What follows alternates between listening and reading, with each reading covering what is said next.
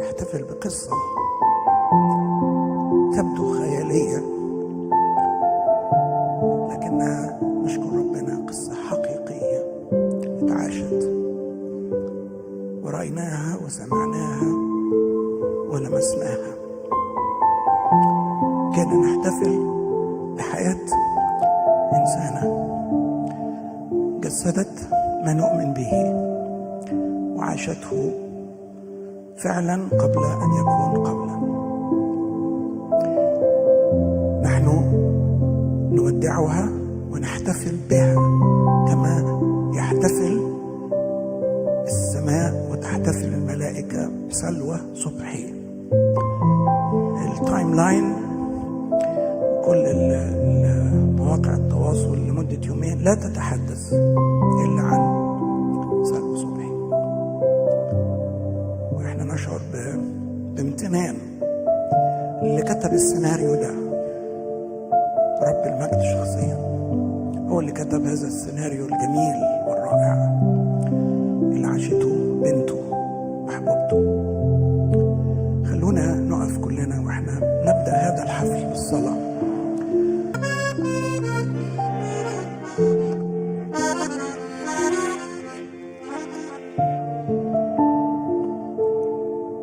امرأة فاضلة من يجدها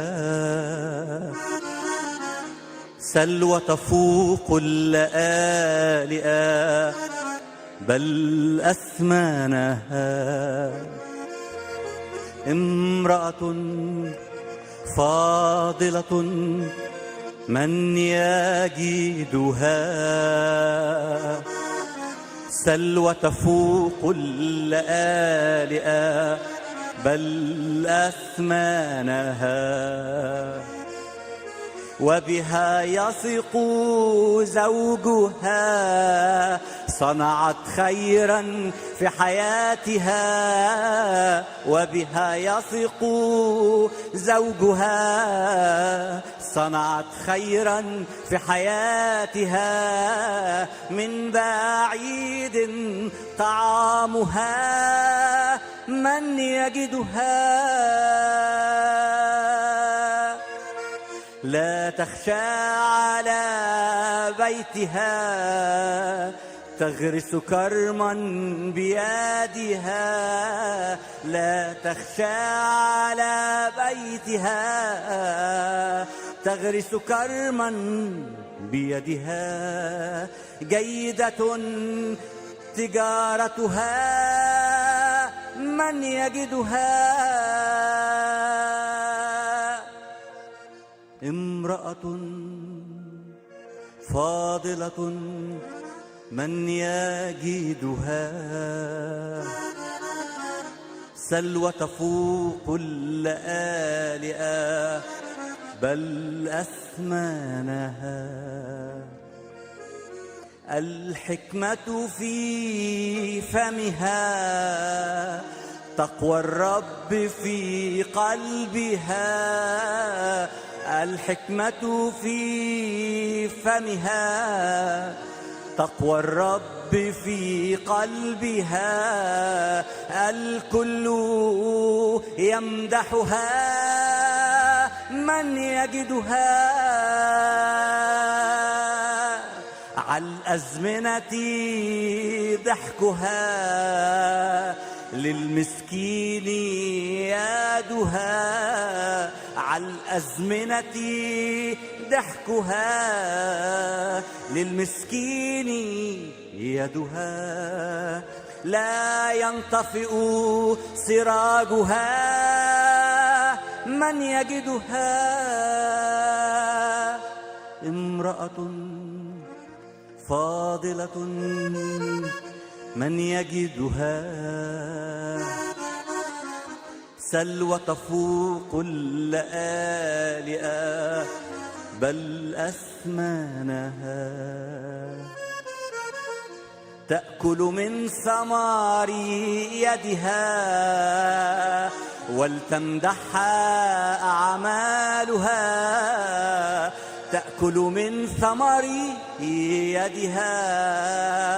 ولتمدحها أعمالها، فهي فاقت على غيرها. قد وجدتها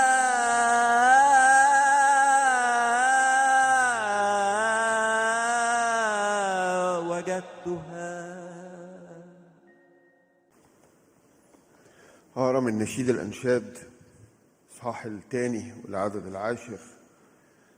نداء العريس الذي يمثل الرب يسوع للكنيسة وللمؤمنين، وهنا تمثلها سلوى. أجاب حبيبي وقال لي: قومي يا حبيبتي يا جميلتي وتعالي، لأن الشتاء قد مضى والمطر مر وزال. الزهور ظهرت في الأرض، بلغ أوان القط، وصوت اليمامة سمع في أرضنا. التينة أخرجت فجها، وقعال الكروم تفيح رائحتها. قومي يا حبيبتي يا جميلتي وتعالي، يا حمامتي في محاجئ الصخر، في ستر المعاقل. أريني وجهك، اسمعيني صوتك، لأن صوتك لطيف ووجهك جميل. والنشيد المريمي زي خدمة مريم وإليصابات، النشيد المريمي في إنجيل لوقا الإصحاح الأول العدد 46. قالت مريم: تعظم نفسي الرب، وتبتهج روحي بالله مخلصي، لأنه نظر إلى اتضاع أمته. فهو ذا منذ الآن جميع الأجيال تطوبني، لأن القدير صنع بي عظائم، واسمه قدوس. صنع قوة بذراعه، وشتت المستكبرين بفكر قلوبهم. أنزل الأعزاء عن الكراسي، ورفع المتضعين. في آخر أسابيع سلوى بعتت رسائل، وهي أحيانا صوتها خافت من المرض، لكن رسائل قوية، وهي حياتها ورسائل زي الرسائل اللي كانت بتبعتها لينا وتشاركها معانا ببساطة طول 44 سنة اللي أنا عرفتها فيها. مليانة بصلوات ومليانة بآيات، لكن هي حياتها نفسها رسالة مش هتتنسي، رسالة هتفضل حاضرة دايما في حياة أي حد قرب منها. حتى ناس شاركت زي ما قال الأسيس سامح على الفيسبوك إنها يعني مجرد سلمت عليهم أو كلمتهم مرة، والأثر فضل في حياتهم على طول. رسائل فيها التسبيح والبهجة، فيها الامتنان، وفيها الفهم الثاقب. التسبيح والبهجة والسلام في وجهها وفي عينيها وفي كلماتها بشكل مستمر، زي ما تكون لا تتوقف أبدا عن التسبيح، حتى وهي بتكلمك في تسبيح في قلبها. في وسط الآلام كان لديها تسبيح، لكن لأن أنا وفتفت كنا قريبين منها، كنا عارفين كمان في ناس كتير تقول دي سلوى دي ما بتغضبش أبدا. لا، هي بتغضب وبتحزن، أنا ما شفتهاش بتقلق، بس الغضب أيضا مغلف بالامتنان والبهجة والسلام، بحيث أنه يغيب عن الواجهة الأمامية. الامتنان للرب دايما عندها شكر عميق جدا بلا أي تذمر، اللي أنا ما شفتوش طول حياتي معاها، طول معرفتي بيها. شفقة على النفس ما حصلش، حتى لو كانت الظروف صعبة مفيش شفقة على النفس، مفيش مقارنة بالآخرين، مفيش إحساس إنها ظلمت أو ضحت، أو مفيش الإحساس ده خالص، غير موجود، مش موجود غير امتنان مستمر للرب من أجل حضوره وعطاياه المختلفة. حتى لما يكون في ألم شديد نفسي أو جسماني كما في الأيام الأخيرة، تقولك أنا حاسة بربنا، زي ما يكون ربنا واخدني في حتة تانية، زي ما يكون الألم ده يعني غائب. امتنان لعطايا الرب الروحية والزمنية، امتنان مستمر. تفتكر بقى انه في هذا الامتنان في فهم للرب وفهم لطرق الرب، ومفيش فهم للناس ولا للكتاب، ولا انه يعني غيبة، لا، هذا غير صحيح. تجد انه الآيات اللي بتشاركها معايا أو مع أي حد معظمها آيات غير مطروقة، يعني الناس ما تاخدش بالها منها، يعني بتطلع كنوز كده أنت قريتها 10 مرات وما خدتش بالك منها لكن تديها لك. ولما تشوف الناس هي مش ممتنة دائما لأي إنسان، وخاصة إخواتها زملائها في الخدمة رفقاء الرحلة، لكن مش معنى كده ان هي مش شايفه عيوب شخصياتهم ولا شايفه ضعفاتنا ولا شايفه يعني مواطن التجربه لدينا، لكن كل ده ايضا مغلف بالامتنان بالبهجه بالسلام. وانت تفتكر انها مش شايفه لكن تكتشف انها شايفه بوضوح جدا بلا مراره وبرفق وبرساله مستمره للسلام. هذه الرسالة اللي هي شخصيتها اللي هي حياتها كلها اللي قضيتها على الأرض ما أظنش إنها هتغيب، لكنها الآن بعد سنوات طويلة جدا تختبر كلمة الرب لها أريني وجهك اسمعيني صوتك في ستر المعاقل في محاجئ الصخر. الآن هي في ستر المعاقل النهائي، في منازل في محاجئ الصخر العظمى، في المنازل الأبدية.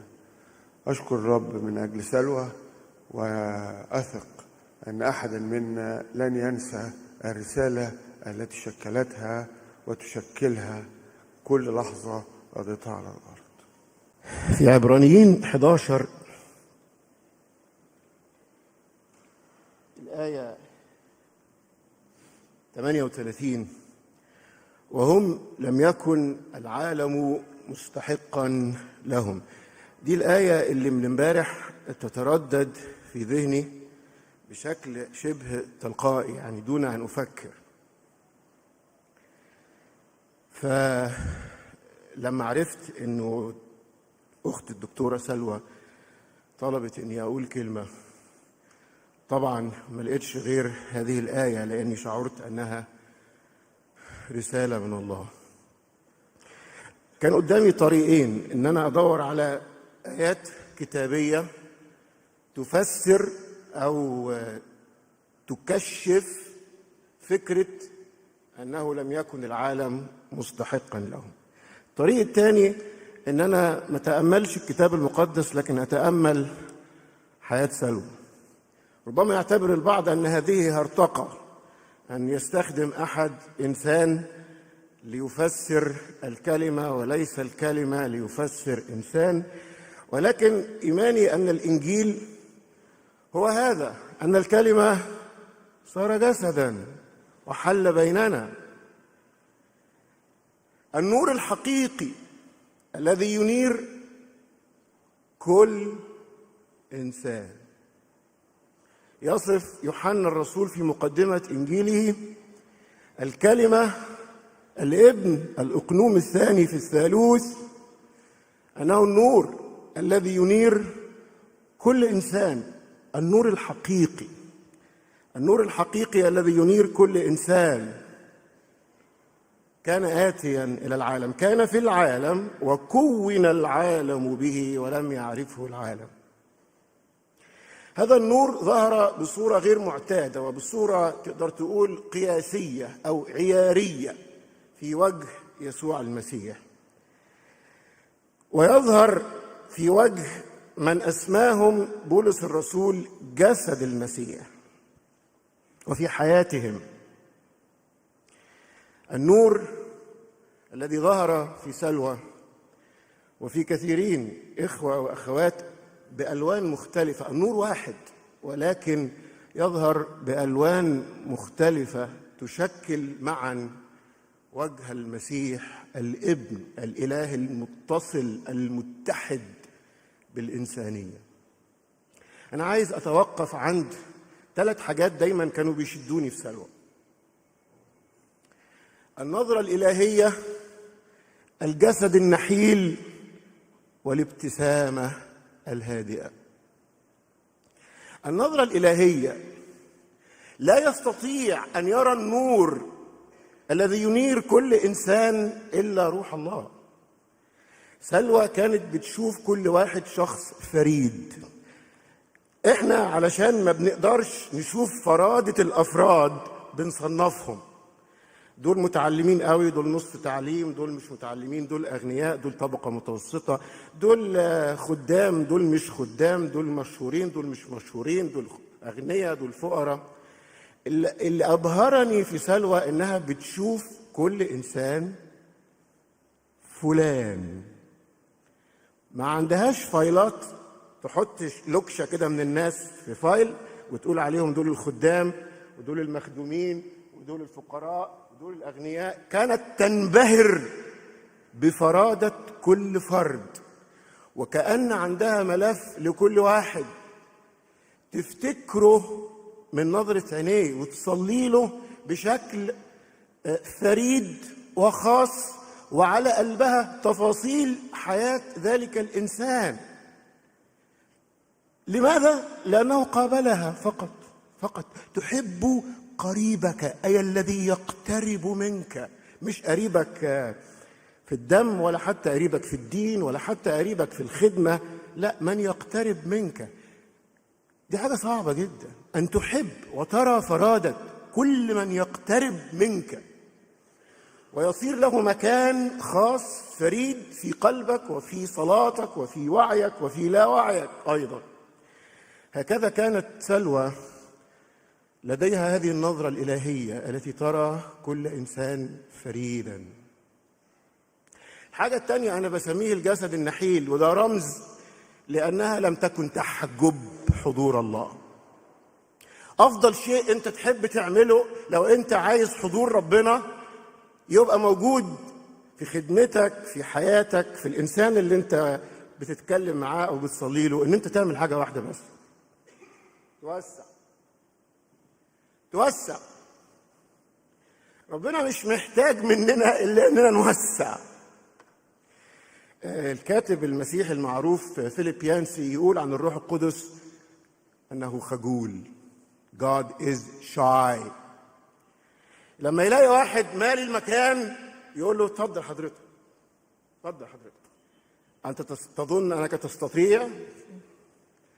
لكن الإنسان الذي يتاخر، الذي يتنكب عن الطريق، الذي يدع الفرصة لروح الله أن يعمل ويكون حضوره بأخف درجة ممكنة، الصوت الهادئ، الجسد النحيل، لا فلسفة مثلما نتفلسف. النظرة الإلهية، الجسد النحيل الذي لا يحجب حضور الله، ثم الابتسامة الهادئة. مش عايز أسميها الساخرة، لكن عايز أشبهها لما يكون طفل كده قاعد على البحر بيعمل قصور وقلاع من الرمال ويزوقها بحجارة وبأصداف، وانت تبص له كده تبتسم، لطيف، بس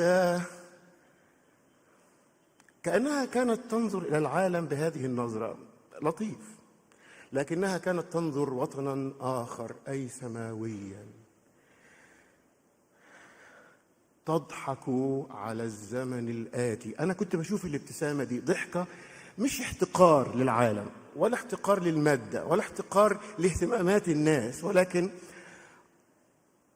لطيف، لكن يوجد ما هو أبقى، يوجد ما هو أقوى، يوجد ما هو أمجد، يوجد ما هو أعمق، يوجد ما لا يوقفه الزمن ولا الحياة. كانوا في عبرانيين 11 يقول يبتغون وطنا أفضل، ليس لأن هذا الوطن سيء ولكن أفضل. ليست مسيحية أن نحتقر الزمن أو نحتقر المادة أو نحتقر هذا العالم، ولكن نضعه في حجمه المناسب. كانت ابتسامة سلوى، خليني أقول، شبه الساخرة في رأيي. أنا كنت بشوفها كده، ربما يراها أحد، طبعا سلام وفرح وكل حاجة، لكن أنا كنت بشوف فيها كده كأنها بتنظر ليا وللناس اللي واخدين الدنيا على صدرهم قوي. نايس، لطيف لطيف، بس في أحسن، يوجد أفضل، وهي الآن تختبره. وربما تنظر إلينا من عالم بنفس الابتسامة وتقول كملوا كملوا، لكن ابتغوا وطنا أفضل، أي سماويا. إلى اللقاء يا سلوى، إلى اللقاء حيث لا وجع ولا دموع ولا حزن، ولكن فرح أبدي. تعزيات السماء القسيس عاطف والرامز والسوزي والكل الإخوة والأخوات والأحباء، لأن أقربائها وعائلتها أكبر كثيرا من هذا المكان ومن الذين يملؤون هذا المكان. شكرا شكرا يا رب.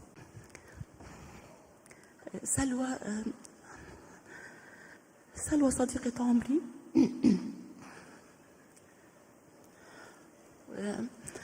والحقيقة هي أختي، وكانت لسه في أواخر الرسائل بتبعتها لي، قالت لي نورة أنتي أختي،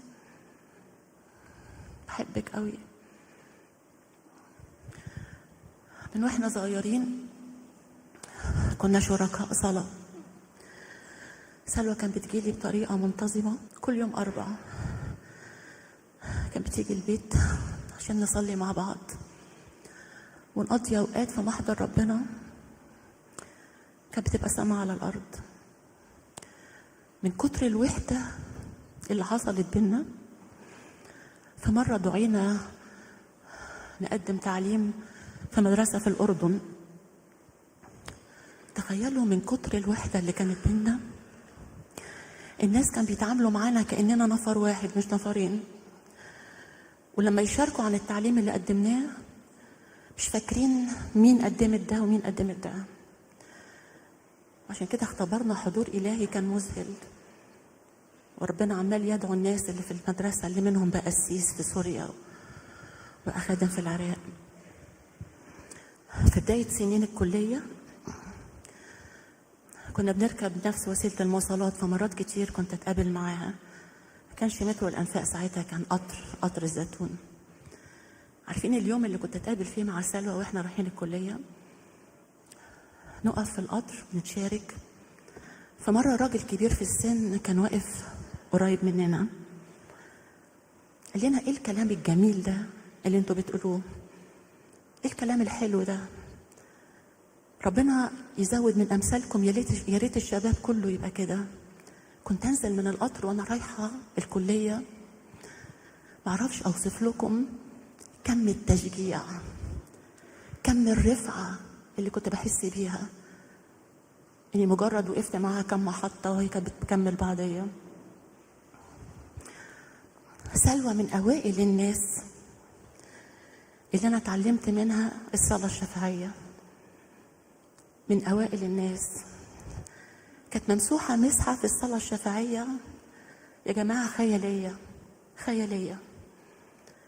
وانا صغيره في وقت مريت بوقت صعب جدا جدا، والناس اللي تعرفني قالوا نورة هتنهار، نورة هتنتهي.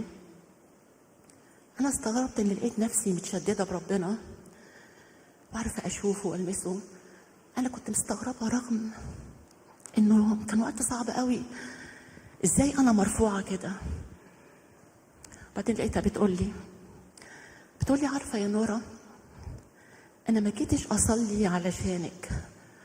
بقول له يسوع ارفع نورة، أنا لقيت نفسي شايلاكي جوايا وجيت قدامه كأني أنا نورة، وبقول له اشفيني، اشفي قلبي المجروح. وعرفت يعني ايه اختبر شفاء جوه احشاء انسانه عرفت معنى التشفع. حبها للكنيسه وتشفعها للكنيسه يا جماعه كان يفوق الادراك. الوقت اللي فات وهي متألمه واعضائها متألمه، والكانسر وصل للعظم، لكل حته في جسمها، لكل حته في جسمها. الاشعه الاخيره كانت مذهله. شاركت ناس وشاركتني، قالت لي في الام الاعضاء يا نورا أنا متحدة بآلام الكنيسة، متحدة بالأعضاء المتألمين. وقالت لي ربنا عمال يكشف لي حاجات ويفهمني حاجات. وقعدت تتمخض من أجل الكنيسة، تتمخض. عارفين من 4 أيام بعتت لي رسالة فويس مسج، مع ان هي صوتها كان تعبان جدا، كانت صوتها فعلا، انا استغربت من الفويس مسج انه صوت مليان فرح، مليان فرح. قالت لي نورا الكنيسه انتصرت، الكنيسه انتصرت، ابواب الجحيم لن تقوى عليها. وحسيت انها اخترقت في الصلاه، وده تاني ادراك انه انت وقتك قرب قوي، انها اخترقت في الصلاه. تتصوروا انه كل السنين دي اللي انا بعرفها فيها، تخيلوا انه سلوى عمرها ما قالت كلمه سلبيه على حد. مش ممكن تيجي سيره انسان قدامها غير كم الكلام الايجابي اللي تفضل تقوله عنه. عشان كده الناس حبيتها مش بعقل. هو صعب انه في حد كان ممكن ما يحب سلوى. حتى الممرضات في المستشفى كانوا عمالين يخدموها بعينيهم. لما الدكتور قال لهم احنا ممكن ندخلها الانتنسيف كير، قالوا له ليه؟ احنا هنعملها كل اللي هي عايزاه. عشان كده انا مرات كنت اشارك اصحابي واقول لهم انا في رايي، وما كنتش بضحك، ما كنتش قصدي ان انا اضحك، انا بشاركهم حاجه يا جماعه انا مقتنعه بيها قوي.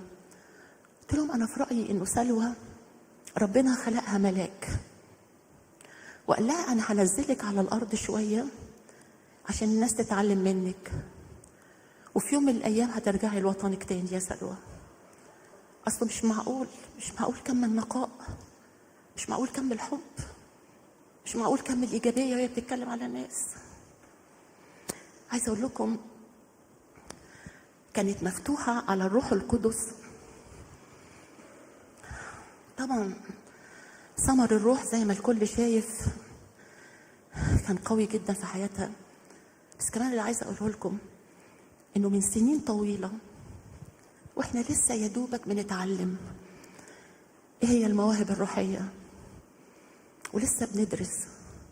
سلوى كانت سابقه قوي قوي قوي. سلوى كانت سابقه، وياما ربنا استخدمها في الاجتماعات وفي العادات الصغيره في النبوه بطريقه قويه جدا.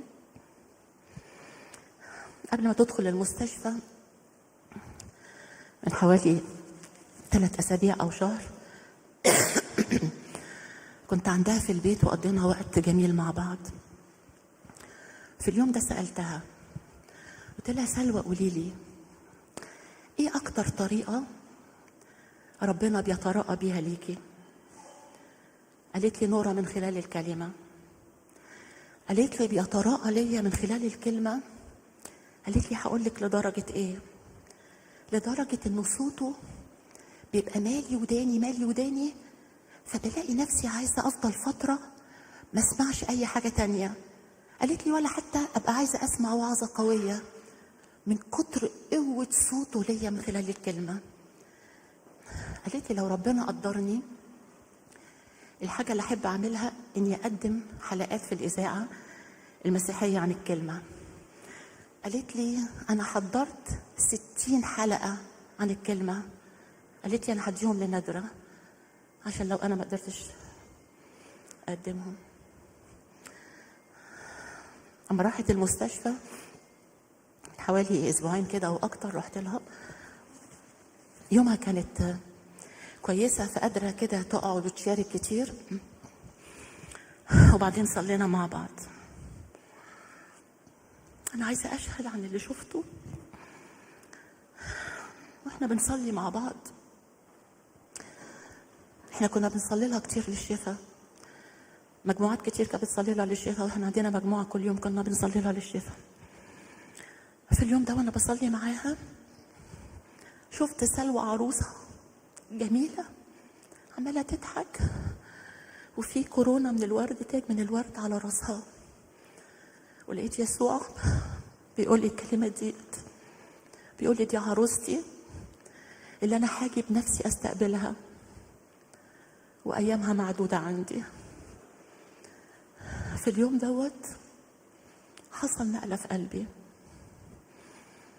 بقيت فرحانة فرحانة فرحانة. يا جماعة المنظر روعة روعة. فرح مليان دموع، تهليل مليان حزن. أدركت إن وقتها جه. أقول له بشكرك عشانها، يا بختك يا سلوى، تستاهلي تستاهلي، بشكرك علشانها. من اليوم ده بطلت أصلي لها للشفاء. قلت امتياز امتياز أنا رايحة له. بقيت أصلي لها إن ربنا يرفع عنها الألم. معرفتش أصلي لها للشفاء تاني. قبل ما تروح السما بيوم كنت عندها في المستشفى. قالت لي نورا عايز أطلب منك طلب، عايزاكي تصلي لي إن ربنا يريحني. قالت لي عارفة أنا اتجردت من كل حاجة، أنا اتجردت من كل حاجة. قالت لي ومش هقدر أرجع تاني، مش هقدر أرجع تاني. قالت لي عارفة مرات لما ناس بتجي لي تزورني وتبقى لابسة ألوان حلوة، بقول الألوان الحلوة الألوان دي جميلة، بس بلاقيها سكتت قدام جوايا. بقول لنفسي بس السما أحلى قوي قوي. قالت لي نورا السما أحلى قوي قوي قوي قوي. قلت لها خلينا نصلي بالروح، لأنه الصلاة دي صعبة قوي. صلينا بالروح مع بعض. الكلمات يسوع اللي فضلت ترن جوايا: سلوى انتي أكرمتيني، انتي رفعتي راسي، السما فرحانة بقدومك، وأنا جاي أحط إكليل البر على راسك. أدركت إنه دي آخر مرة هشوفها.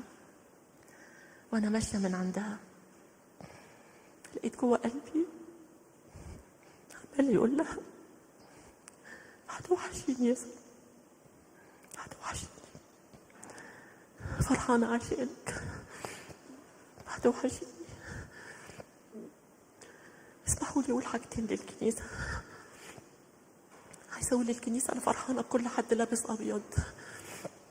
النهارده يوم فرح مليان دموع، بس يوم فرح. خلونا نفرح مع كل حد يسوع جاي يستقبله. استقباله غالي قوي، استقباله غالي قوي. الحاجة التانية اللي عايزة أقولها للكنيسة، عايزة أقول للمجموعات اللي صلت للشفاء، عايزة أقول لهم يسوع بيشفي. سلوى وقتها جه ونشكره من أجل إرادته، بس هو بيشفي، هو بيشفي. ومصر هتشوف شفاء كتير، وكل اللي وعد بالكنيسة هتشوفه. عشان كده خلونا نكمل، خلونا نكمل في إيماننا عشان هو حقيقي. شكرا لكم. مرة تانية بقدم اعتذار لكل الأحباء والقسوس الأفاضل اللي شرفونا النهاردة عشان يقدموا التعزية. وإن الأسماء اللي شاركت النهاردة هي طلب سلوى شخصيا، وحتى الترانيم اللي رنمناها هي اللي كتبتها لينا إن دي اللي تحب في حفل وداعها إننا نرنمها. آخر كلمات عاطف سمعها منها قبل الوداع قالت كده اللي مكتوب في رؤيا 21: وسيمسح الله كل دمعة من عيونهم، والموت لا يكون فيما بعد، ولا يكون حزن ولا صراخ ولا وجع فيما بعد، لأن الأمور الأولى قد مضت.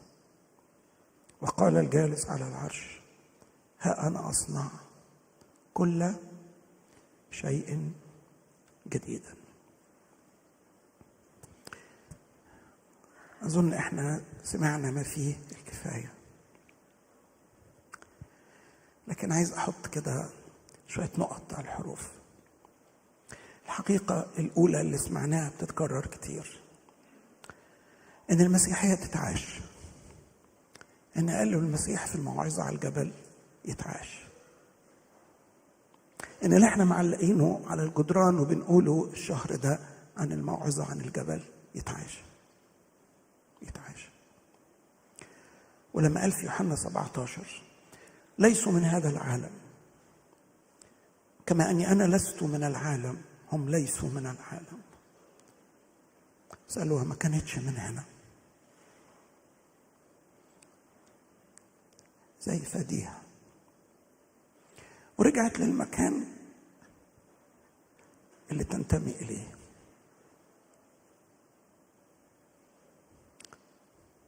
كلنا اللي مش من العالم ده هنروح لنفس المكان اللي مش زي العالم ده. كل اللي بيقول ان المسيحية مثالية غير واقعية، حياة سلوى بتقول له انت مش فاهم، او انت بتضحك على روحك. لا، الكتاب ده حقيقي ويتعاش هنا وفي القرن 20 وال21. يتعاش بكل تفاصيله، مش بناخد منها اللي احنا عايزينه ونسيب اللي احنا مش عايزينه. عاشت قريبة جدا من المسيح وتشبهت بيه، وعاشت قريبة من الكلمة، من الحق، فقدرت تطبقه. عشان كده حياتها تتلخص في كلمتين: حب وتواضع. وده الإنجيل، حب وتواضع. يتعاشوا في الدنيا ديت. الحاجة الثالثة اللي كل الناس كانت عمالة تقولها، سلوى في البداية كانت بتطلع على المنبر وتوعظ، وكانت بتقود تسبيح، وكانت من قادة التسبيح المميزين، وبتقود صلاة، كانت منبرية. لكنها اختفت من المنبر يمكن 20 سنة اللي فاتت. ما بقاش عندها منصب، ما عندهاش كرسي، ما عندهاش وظيفة كنسية خالص، بس تأثيرها زاد جدا جدا. واللي بيفتكر انه مستني دايما وظيفة كنسية، كرسي، لقب عشان يقدر يخدم، هو سأله بتقول له انت مش فاهم، انت مش واخد بالك.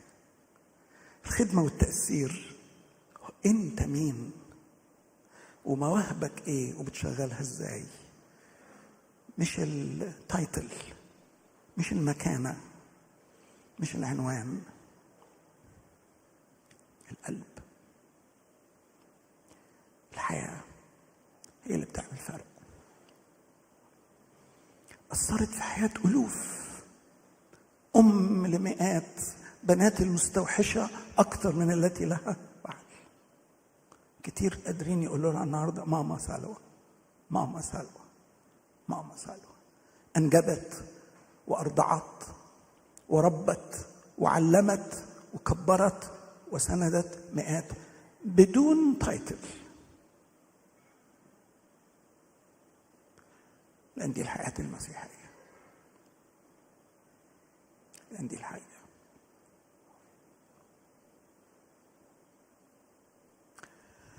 الحقيقة الثالثة اللي نفسي أخاطب بيها نفسي والكنيسة، الحياة دي مش هتتحدى ناس، مش هتتحدى ناس. مفيش ناس النهاردة تيجي تاخد الرداء ده، رداء الحب والتواضع، وتضع على نفسها وتقول احنا مش هبقى زي سلوى، لأن مفيش حد يقدر يبقى زي التاني، بس همشي في نفس الدرب. حياة الرجال الله، حياة القديسين بحق وحقيقة، حياة الذين أرضوا الله، حياة الذين ربنا صنع بيهم فرق. كان يوم رحلهم دايما يوم مميز، يوم أثروا فيه أكثر من كل الأيام الأخرى، لأن يوم فيه ذكرى كل اللي عاشوه، كل اللي عاشوه. بصوا اللي حصل لاستفانوس، بصوا لموت وقيامة المسيح، بصوا ليوم وفاة تشارلز تاد اللي حمل الإنجيل إلى أدغال أفريقيا. كان يوم رحيله، يوم خروج الآلاف من المرسلين لحمل الإنجيل. فاكرين بيتر في حفل وداعه، شفنا نهضة وسط الشباب، لأن ناس كتير قالوا احنا هناخد الرداء ده، احنا هناخد الباطون ده، احنا شفنا في حياته تأثيره كان شكله ايه. انا اقدر اكون كده واقدر اكون كده، اقدر اكون كده، لانه هو نفس الشخص، هو نفس الاله.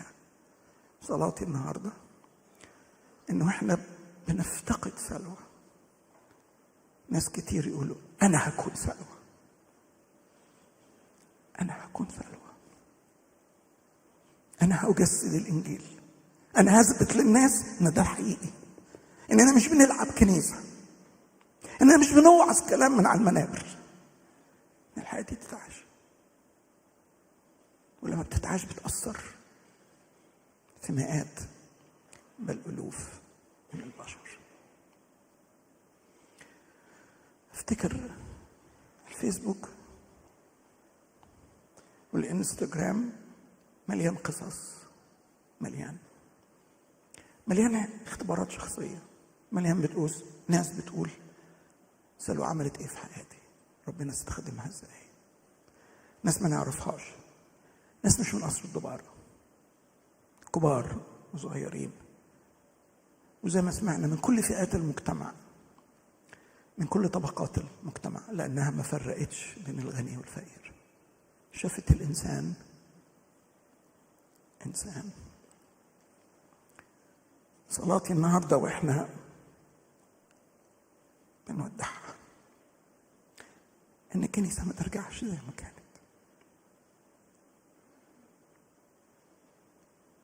وإن النهاردة تكون قفزة للأمام، قفزة للأمام، وإحنا بنشوف الدسم والثمر والتأثير الواحدة عملته. ممكن كلنا نقدر نعمل ايه مع بعض لو احنا معانا. عايز نيابة عن عاطف وعن الأسرة، عايز أشكر كل الأخوات اللي خدوا نبطشيات في المستشفى الفترة الأخيرة عشان يقفوا جنب سلوى ويخدموها ويرعوها ويسندوها. عمل بطولي، بس أنا متأكد إن هم اتباركوا قوي، بس كمان تهيألي لازم نقول لهم متشكرين. عايز أشكر كل الناس اللي من مصر واتصلوا، وكانت الرسائل متواصلة خلال الأيام اللي فاتت تطمن عليها، بتصلي لها. عاطف في الآخر قال أرجوكم، مش قادر كل المكالمات دي، مش قادر، بس في الآخر ده تعبير حب. ونيابة عنه عن الأسرة عايزين نشكر كل الناس اللي اتصلوا. عايزين نشكر كل الخدام اللي جم النهارده من الطائفة، من مجمع القاهرة، من رئيس مجمع القاهرة شخصيا الدكتور القس وجدي، ومن كل معا اللي بقينا فعلا عيلة، كل الطوائف المختلفة اللي موجودين معانا النهارده، رؤساء مذاهب موجودين معانا النهارده، لمجرد اننا عيلة بنودع أخت.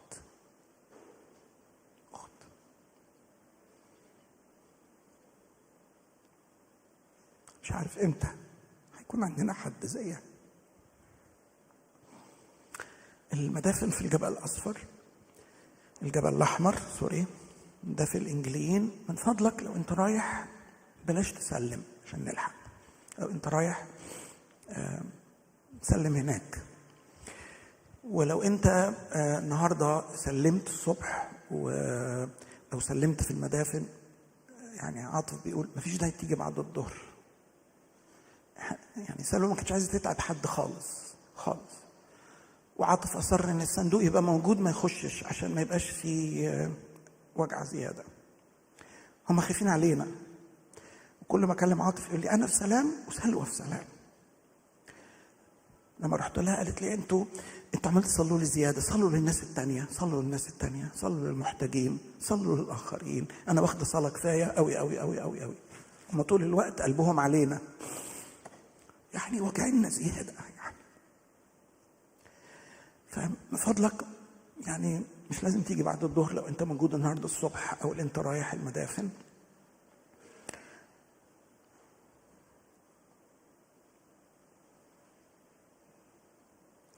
العزاء هيكون في الساحة الخارجية، والقاعة قاعة الدكتور قس منيس عبد النور، قاعة مكيفة والبرة مش مكيف. لو جيت بدري تقعد في التكييف، لو جيت متأخر هتقعد في الساحة الخارجية. من 6 لغاية 9 بس.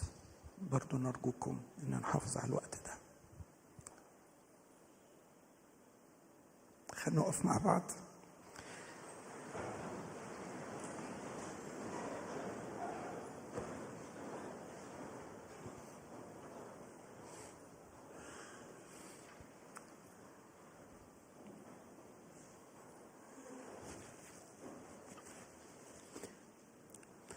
هنختم بالصلاة، وبعدين أرجو الأحباء أنهم ياخدوا الصندوق ويخرجوا بيه، وهنرنم وإحنا خارجين، وإحنا بنحتفل بيها،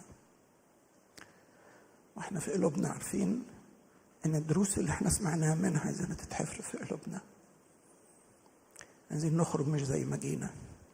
عايزين اجتماع النهارده ده مش مجرد حفلة، دي نهضة، ده افتقاد إلهي، ده رسالة حياة. دي مش وعظة، النهارده دي مش وعظة،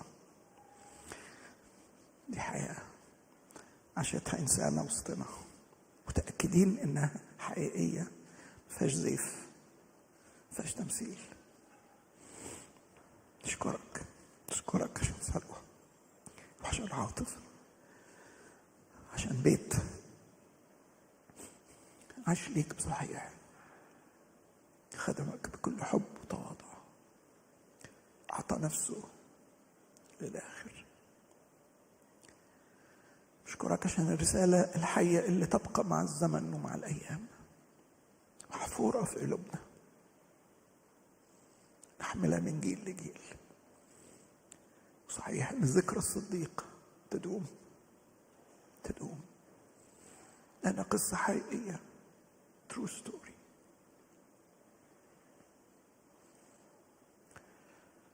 أشكرك لأجل التعزية اللي في قلوبنا، السلام اللي جوانا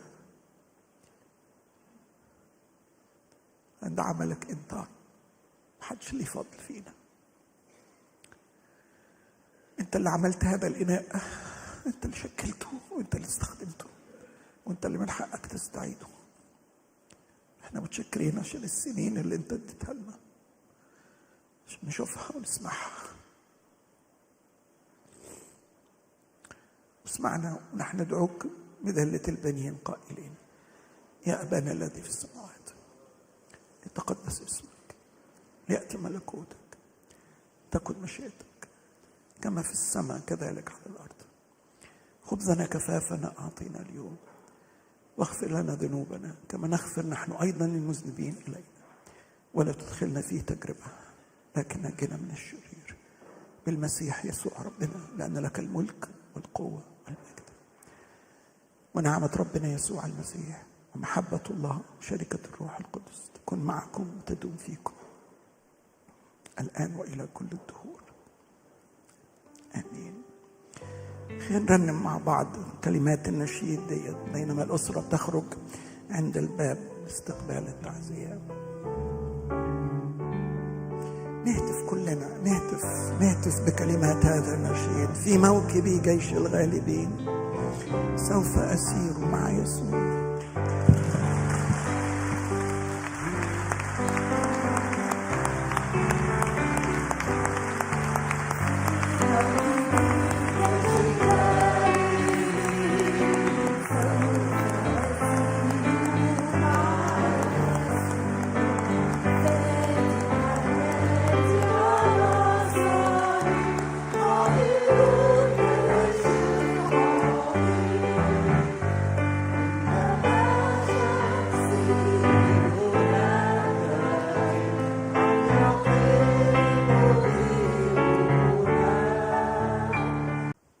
قد ايه سهل قوي يتكلم عن سلوى، وقد ايه صعب قوي قوي قوي نتكلم عنها. نتكلم عن ايه ولا عن ايه؟ لانه مليانه الحياه بدروس رهيبه.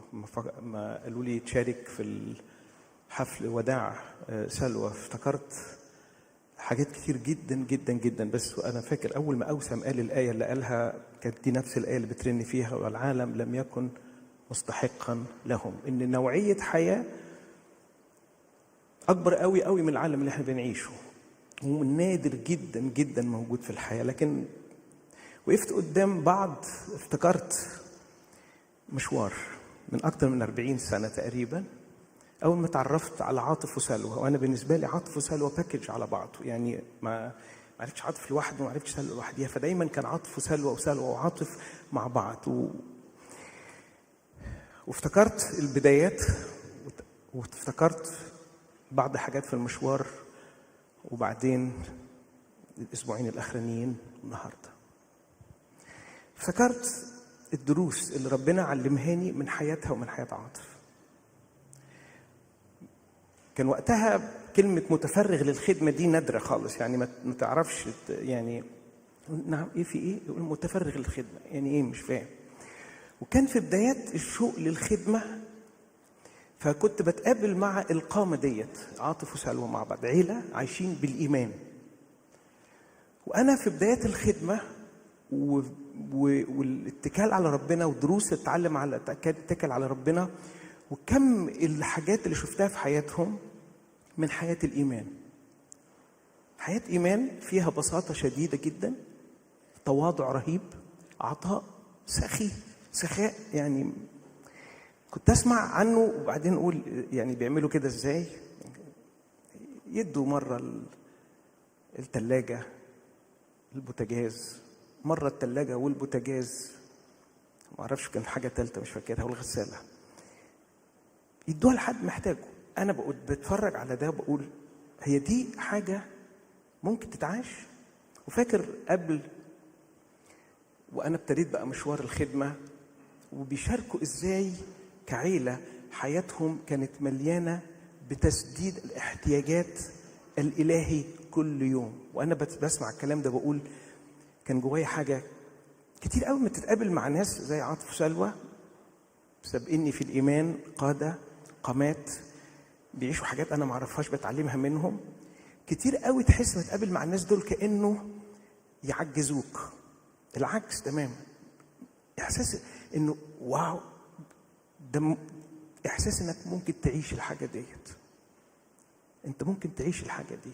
وده اللي كان دايما يشجعني كل ما اقرب من عاطف وسلوى واتقابل معاهم في الحياه وفي ظروف الحياه، اكتشف انه الحياه ديت اللي هم عايشينها، اللي انا بتفرج عليها باعجاب شديد طول الوقت، على مر السنين. مش بس بتفرج عليها، بنحكي فيها انا وداليا مراتي، وعلى مع اصحابي ومع القاده اللي معانا، وبتتكلم عنها ببساطه شديده قوي، ازاي انه حاجه عظيمه جدا، جميله جدا، بسيطه جدا، تتعاش جدا. ودي الإعجاز بالنسبة لي، السهل الممتنع في حياة سلوى وعاطف. دي كانت بداية أوائل المقابلات اللي فرقت معايا، ودروس لحد النهارده 40 سنة. فاكر المشاركات، فاكر الاختبارات.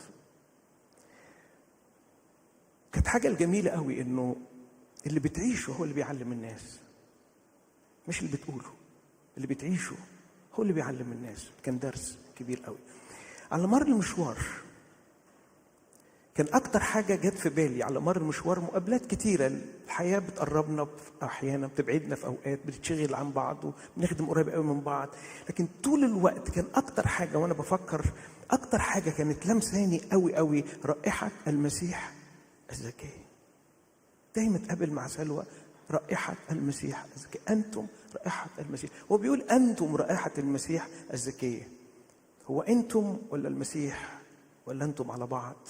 تركيبة جميلة قوي تبقى دايما مستمتع بيها، انك تتقابل مع حد أنتم رائحة المسيح الزكية. كان دايما مشاركات اللي اخواتي شاركوا عنها، أنا كنت بفهم حاجات كتير قوي لما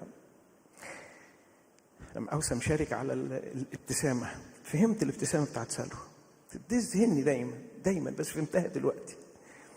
بس الحاجة الجميلة قوي اللي كنت دايما أحسها إنه أنا كان ممكن أعبر، يعني عارف لما تبقى متضايق من حاجة، تتضايق من حد وبعدين تقابل مع حد تقدر تحكي له وتقول له أنا متضايق من فلان وبتاع. ما أعرفش أعمل كده مع سلوى أبدا.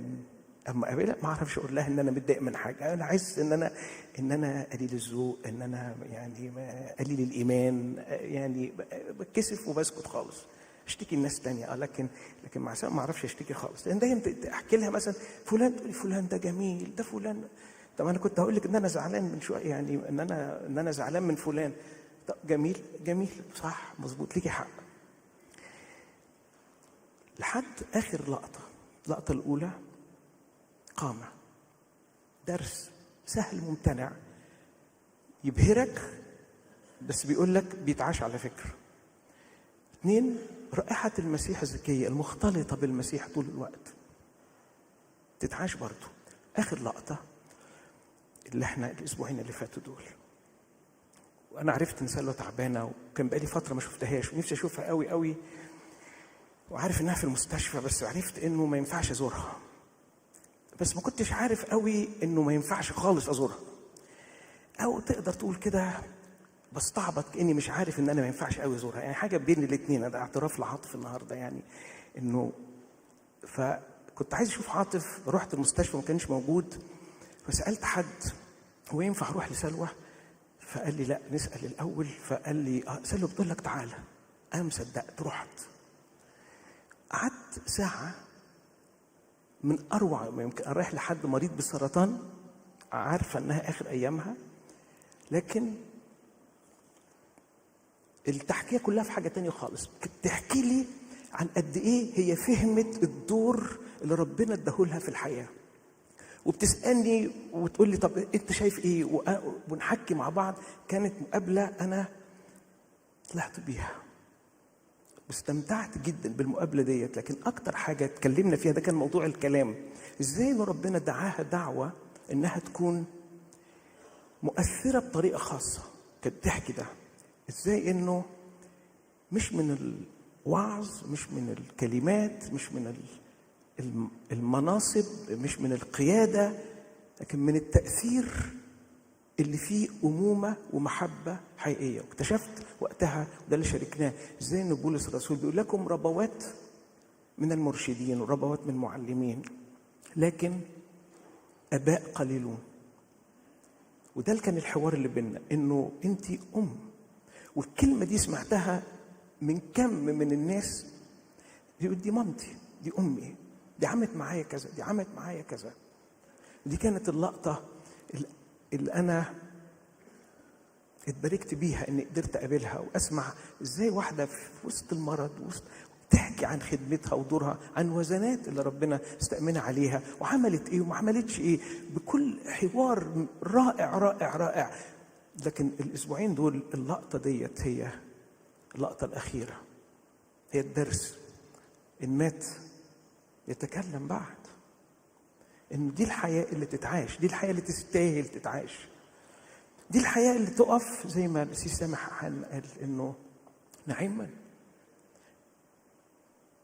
ونفس الإحساس بالظبط، كأنه قامة عظيمة جدا، بس تحس بسبب التواضع إنها تتعاش، إن أنا ممكن أعيشها. أنا بضم صوتي لأخواتي اللي شكروا سلوى، شكروا عاطف على الحياة ديت اللي العالم ده ما يستاهلهاش، لكن هي دي الحياة الوحيدة اللي تستاهل إن احنا نعيشها. أنا كمان زي الشيخ فايز نفسي أكلم القسيس عاطف وسلوى. عرفتهم مع بعض باكج كده، وهما بالنسبة لي زي أب وأم تانيين، وعارف وسامع من ناس كتير من اللي هنا وناس مش هنا إن هما نفسهم يقولوا لكم اللي أنا هقوله. يعني فبالنيابة عن كتير من شعب الكنيسة، بالنيابة عن الجيل التاني والشباب، نفسي نقول لك يا قسيس عاطف ونقول لك يا سلوى شكرا شكرا شكرا شكرا، عشان عطاء بلا حدود. القصص اللي اتحكت والكتاب اللي اتكتب يعجز عن وصف كم العطاء اللي انتوا عطيتوه في السنين اللي فاتت. شكرا علشان انتوا بتخدموا الناس كأفراد، كأشخاص، انتوا شخصيين جدا. الناس مش بالنسبة لكم مجموعات وفئات زي ما اتقال. انا اتزرت 3 مرات في حياتي، مرتين منهم كان من القسيس عاطف وسلوى، واخرهم كان من شهرين، ودي حاجه غاليه قوي قوي قوي عليا. عايز اشكركم على حاجه انا ما شفتهاش في حد تاني زيكم. حبكم للكنيسه رهيب. بتحبوا الكنيسه، بتخافوا على الكنيسه، بتصلوا للكنيسه. ولما اسمع عن سلوى كل اللي كانت عايزه تطمن عليه قبل ما تمشي ان الكنيسه بقت كويسه، وقالك انت يا قسيس على الكنيسه زي قلقك على سلوى في وسط تعبها، حاجه غاليه قوي قوي قوي. بنقول يا بختك يا سلوى عشان انتي في السماء، بس انا حاسس كمان عايز اقول يا بختنا ان عندنا القسيس عاطف وكان معانا سلوى السنين اللي فاتت دي كلها. بحب قوي اشوفكم كفريق، وانتوا فريق مميز قوي، واصعب حاجه عليا الشكل اللي هيتغير في الفريق ده الوقت الجاي. كلمت القسيس عاطف امبارح عشان اطمن عليه واعتذر له اني ما زرتوش لان كنت مسافر. سالته قلت له يا قسيس انت هتقول كلمه بكره؟ فقال لي انا مش عايز اعمل بطل، ينفع اكون ضعيف بكره ومحتاج اسمع. قسيس انت مش محتاج تعمل بطل، انت بطل، وحياتك وخدمتك كانت وما زالت رساله قويه جدا جدا لناس كتير.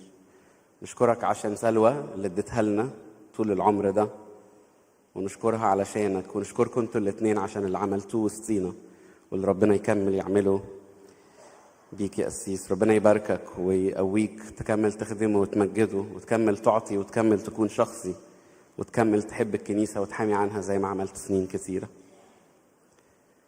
امبارح كنت بقول اجتماع الشباب عايزين نيجي النهاردة عشان نتفرج ونتعلم من حياة الدكتورة سلوى. للأسف كتير من الشباب اللي بيحضروا الكنيسة اليومين دول ما لحقوش يعرفوها ويسمعوها. هي اللي علمتنا عن الصلاة والملء بالروح القدس والصلاة الشفاعية والخلوة. عمرنا ما هننسى الكلام والتعليم والحياة. وصلاتي امبارح كله والنهارده يا رب قيم وسطينا سلوى صبحي تانية، لأن ما أشد الجيل ده وما أشد الكنيسة النهارده لبطلة إيمان متواضعة بتحبك زي سلوى. أشكرك يا رب على سلوى والقسيس عاطف، ادينا ناس تاني جمال زيهم. بحبك يا قسيس.